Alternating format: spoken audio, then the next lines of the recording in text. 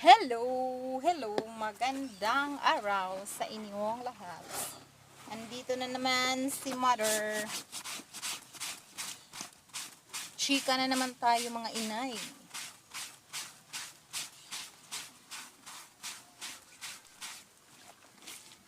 Naranasan nyo na bang mag-alaga ng matatanda na may sakit?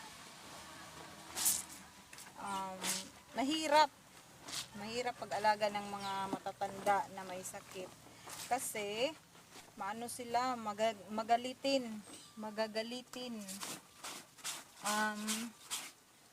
Ako, nahihirapan talaga kung alagaan yung nanay ko kasi madali siyang magalit, madaling mairita siguro dahil hindi niya katulad ng dati na naigagalaw niya yung kalahating katawan niya. Ngayon hindi na paralyze siya dahil na stroke siya. At ang mahirap nga nito guys dahil nag-iisa lang akong anak na nandito, ako yung nag-aalaga sa nanay ko. Dahil yung mga kapatid ko, mga lalaki naman, at wala sila dito, may mga trabaho nandoon sa ibang lugar dahil may kanya-kanya na silang pamilya. Kaya ako ang nag-aalaga sa mga magulang ko. Minsan nga guys, nasasabi ko sa sarili ko, sana meron din akong kapatid na babae para may katuwang ako sa pag-aalaga sa mama ko. Kaya lang, ay wala tayong magagawa dahil ito yung bigay sa atin ng Diyos na mag-isa lang. Meron naman ako mga kapatid, kaya lang mga lalaki, hindi naman sila makapag-alaga sa nanay namin dahil may mga trabaho sila. Ako lang yung walang trabaho, kaya wala tayong magagawa guys. Eto nga, nilalabhan ko yung kumot niya dahil dito siya umihi, naihian niya yung kumot niya dahil puno na yung diapers. At ngayon nilalabhan ko para bukas meron naman siyang magamit. Kawawa naman. Mahirap guys, pero kaya pa naman. Alang-alang sa magulang natin, kailangan nating magsakripisyo. Hindi ako nakakapaghanap buhay ng maayos dahil inaalagaan ko siya ngayon. Ang hirap talaga guys.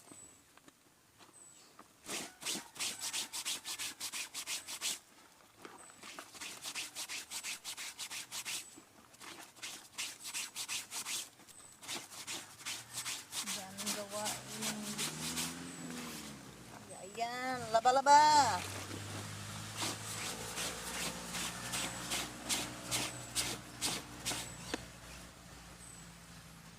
Sabi ko sa sarili ko, hanggang saan kaya ako ganito? Parang walang katapusang laba, walang katapusang hugas. Pagkatapos nito guys, uuwi na naman ako guys. Titingnan ko yung nanay ko kung okay ba siya ngayon. Yung binilin ko lang siya sa papa ko na PWD din dahil mahirap din yung paglalakad niya. Ay, nako. Ang hirap ng buhay, no? Pero, sige lang. Kaya pa naman. Sa tulong ng Diyos, kaya pa rin. Kailangan lang nating maging matatag. Ako guys, kahit nahihirapan ako, iniisip ko na lang na swerte pa rin ako. Dahil, kasama ko yung nanay ko, kahit paano nakasama ko yung mga magulang ko, kahit matanda na sila nakasama ko. Yung iba hindi nila nakakasama yung mga magulang nila, at least ako nakakasama ko sila kahit inaalagaan ko sila. Gano'n naman talaga kapag tumanda na yung mga magulang natin, dapat natin silang alagaan. Oo, nandyan na tayo sa mahirap pag-alaga sa matanda, pero syempre, mahal naman natin yung mga magulang natin. Kaya, alagaan natin sila. Dahil darating din ang araw, natatanda rin tayo. Makifeel din natin yung mga, yung mga nafe-feel nila ngayon. Siguro, kaya madaling mainis yung mama ko dahil hindi na niya nagagawa yung gusto niyang gawin. Hindi siya makakilos ng maayos, hindi siya makapagsalita ng maayos. Kailangan ko siyang subuan sa pagkain dahil yung isang kamay niya hindi niya maigalaw. Ganun guys. Kaya tiis-tiis lang. Diyos na lang ang bahala sa akin guys. Sana ako din naisip ko na sana hindi ako magkasakit dahil na pag ako naman ang magkasakit, kawawa yung mga magulang ko, walang mag-aalaga sa kanila. Naisip ko rin yun guys, kaya na lang tayo ngayon, sa lahat ng ating mga ginagawa guys, dapat na lang tayo, sabihin na lang natin, mamuhay na lang tayo ng simple dahil hindi natin alam na bukas, life is too short guys. Walang kasiguraduhan na yung natin, yung life natin dito sa mundo, no? Hindi natin alam, bukas may stroke ka na pala, hindi mo na pala magagawa yung mga gawain mo. Kaya dapat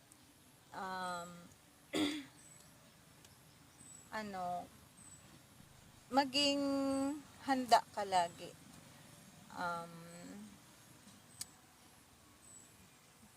Dahil hindi mo alam kung anong mangyayari sa'yo, cherish na lang natin kung anong meron tayo, maging mabuti tayo sa kapwa natin, alagaan natin yung mga magulang natin, maging mapagmahal sa bawat isa. Ganyan na lang guys, kay ang hirap kapag yung ma-realize mo pala pag huli na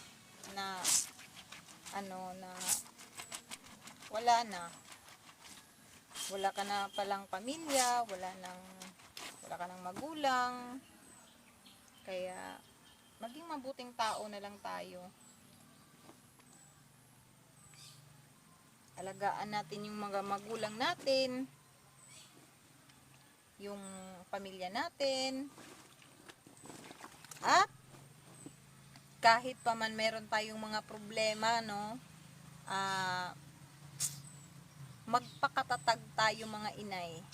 Yun ang number 1 talagang advice na maibibigay ko sa inyo mga inay. Magpakatatag tayo, huwag tayong magpapadaig sa problema. Dahil kapag nagpadaig ka sa problema ay madam, talo ka. Kaya laban lang. Kaya natin ito.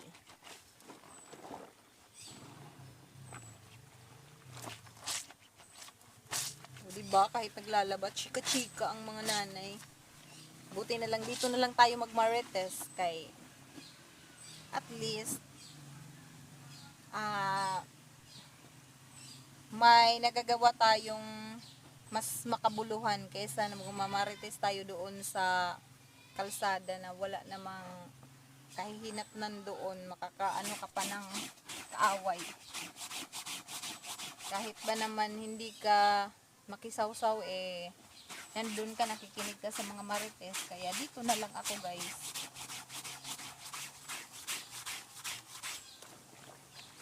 Mababawasan pa yung mga gawain ko.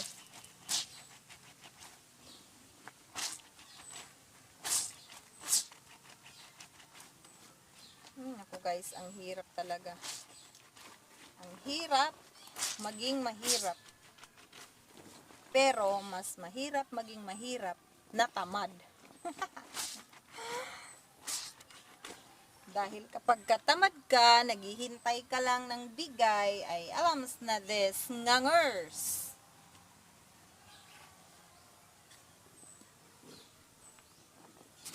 Ako guys, kahit sumasakit minsan yung ulo ko, pinipilit ko talagang magtinda. Dahil wala kaming kakainin. Ngayon, parang medyo wala na namang bumibili ngayon dahil hapon na. Ayan guys, naglalaban na naman ako. Bukas na naman ulit ang mga person gigising ng alas 3 ng madaling araw para magtinda na naman ng mga ulam guys. Magluluto kami alas 3 ng madaling araw hanggang 12 or 1 o'clock na hapon yung pagtitinda namin ng ulam guys. Ngayon, hapon na, kaya, laban na naman. Yeah, ayan guys. Laban na naman tayo. Pagkatapos kong maglaba ngayon guys, pupunta na naman ako ng tindahan dahil maghuhugas na naman ako ng mga pinggan, ng mga pinaglagyan ng ulam, ng mga lutong ulam, ganyan. Ganun lang ang cycle ng buhay ng isang nanay na nasa bahay lang. At least, naghahanap buhay tayo guys. Huwag tayong umasa sa ibang tao. Dahil, mahirap umasa ng, tulong. Dahil yung binibigay naman, hindi naman sapat. Dahil syempre, meron ding mga pamilya, yung ibang kapatid mo, meron din silang pamilya. Naintindihan ko naman yun guys, na kahit ako yung nag-aalaga sa mga magulang ko, hindi nakakapagbigay yung mga ibang kong kapatid dahil mahirap ang buhay talaga guys, mahirap kumita ngayon. Pinanalangin ko na lang na sana maging safe din sila, yung pamilya nila.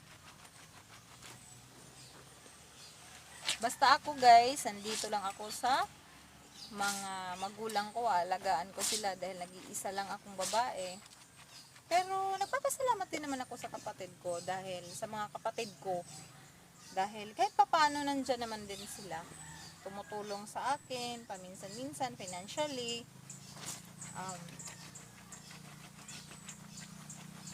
Malaking tulong na rin yun guys, para nakakabili ako ng diapers ng mama ko, ng wipes, ng tissue, at prutas, lalo na dahil mahilig si mama sa prutas ngayon. Siguro dahil gusto niya yung matamis or malambot na pagkain. Kaya yun ang binibili ko sa kanya. Mangga, apple, saging. Dahil hindi siya gaano sa pagkain, sa kanin, hindi niya gusto yung saging guys. Minsan hindi siya kumakain yan. Napipilitan na lang dahil inaano ko talaga siyang kumain ng kanin.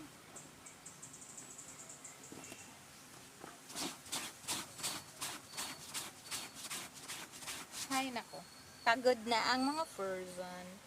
Sige, dito na lang, hanggang dito na lang. Tatapusin ko pa itong nilalabahan ko. Bukas na naman ulit ang mga chika ng mga nanay na madaming trabaho. Okay, buyers!